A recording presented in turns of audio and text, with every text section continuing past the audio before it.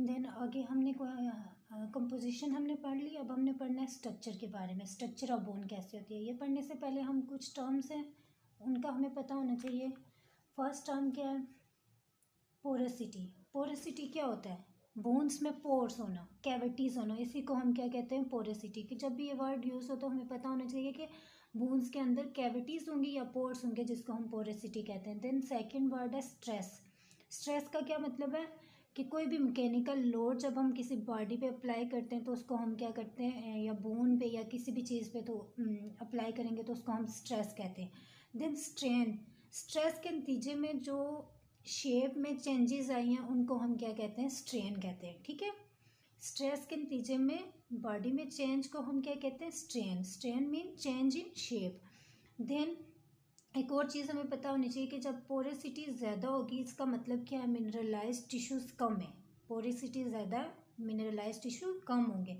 और जब पोरोसिटी कम होगी तो मिनरलाइज टिश्यू क्या होंगे? ज़्यादा होंगे। ये चीज़ हमने याद रखनी है कि हमें स्ट्रक्चर में हेल्प करेगी।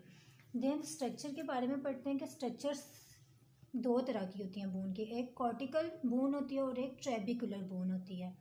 अब कॉर्टिकल बोन में फर्स्ट पॉइंट हमने पढ़ना है कि इसमें जो पोरोसिटी होती है वो कम होती है। हमने पढ़ा था ना, पोरोसिटी कम होगी तो क्या होगा? मिनरलाइज टिश्यू ज़्यादा होंगे, और पोरोसिटी ज़्यादा होगी तो मिनरलाइज टिश्यू कम होंगे। तो कॉर्टिकल बोन में पोरोसिटी क्या होती है? वो कम होती है as compare to trabecular bone. Trabecular bone में क्या होता है? पोरोसिटी क्या होती है? ज़्यादा होती है। देन कितनी होती है? 5 to 30% होती है कॉर्टिकल बोन में, और ट्रेबिकुलर बोन में 30 to 90% होती है। ठीक है, अब हमने पढ़ा है कि पोरोसिटी कम है, इसका मतलब क्या है कि जो बोन होगी वो हार्ड होगी, उसमें मिनरल आयन ज़्यादा होंगे। मिनरल आयन ज़्यादा होंगे तो बोन को वो क्या करेंगे? हार्ड करेंगे। देन ट्रेबिकुलर बोन में हमने पढ़ा है कि मिनरलाइज टिश्यू कम है, जिसकी वजह से वो क्या होगा? पोरस होगी, वो क्या होगी? फ्लेक्सिबल होगी।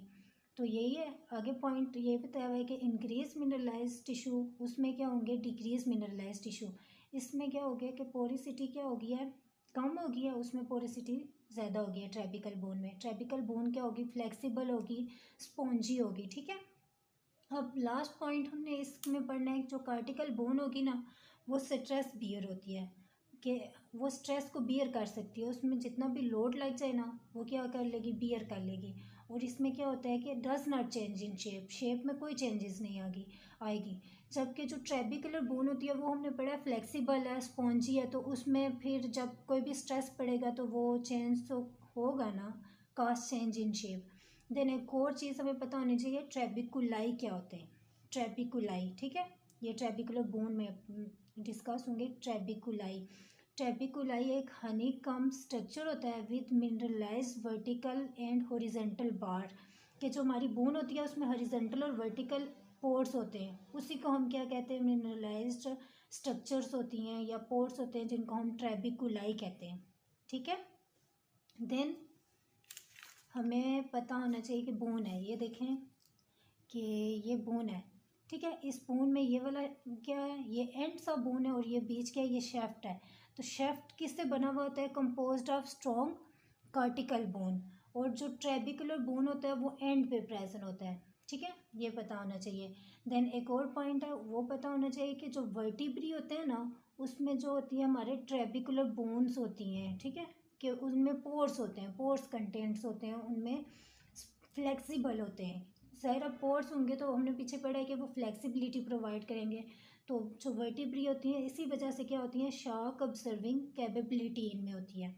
देन अगला पॉइंट क्या है कि both cortical and trabecular bone are anisotropic. दोनों क्या होती है? एन एसोट्रॉपिक होती हैं। इसका मतलब क्या है कि exhibiting different mechanical properties in response to load from different direction. ठीक है, जब उन पर लोड पड़ता है ना तो वो क्या कर लेती हैं कि डिफरेंट डायरेक्शन में वो अपने आप को क्या करेंगी? उसको ट्रांसफ़र कर देंगी। ठीक है, एन एसोट्रॉपिक होती हैं। देन क्या होता है कि bone is strongest in resisting compression. ये बहुत इंपॉर्टेंट पॉइंट है, इसको समझना है कि बोन क्या होती है? स्ट्रॉन्गेस्ट होती है इन रेजिस्टिंग कंप्रेशन एंड वीकेस्ट होती है इन रेजिस्टिंग शीयर। कंप्रेशन हमने पढ़ा था, कंप्रेशन फोर्स कौन सी होती हैं? जो ऑपोजिट डायरेक्शन पे एक्ट करती हैं, और डायरेक्शन भी ऑपोजिट होती है। ठीक है, जिससे वो बॉडी को क्या करेंगी, कंप्रेस कर देंगी। जबकि शीयर फोर्स क्या होती हैं, पैरेलल टू बॉडी होती हैं। ठीक है, पैरेलल टू बॉडी होती हैं। फॉर एग्जांपल ये बोन है ना, इस बोन पे ऐसे जब फोर्स लगेगी ना पैरेलल, तो वो शीयर फोर्स होगी। ठीक है, और जब उसके ऊपर से लगेगी, ऊपर और नीचे से लगेगी, तो ये क्या होगी, कंप्रेसिव फोर्स होंगी। ठीक है, तो ये बता रहे हैं कि बोन कंप्रेशन को तो रेजिस्ट कर लेती है, जबकि शीयर को रेजिस्ट नहीं कर सकती। ठीक है, थैंक यू सो मच।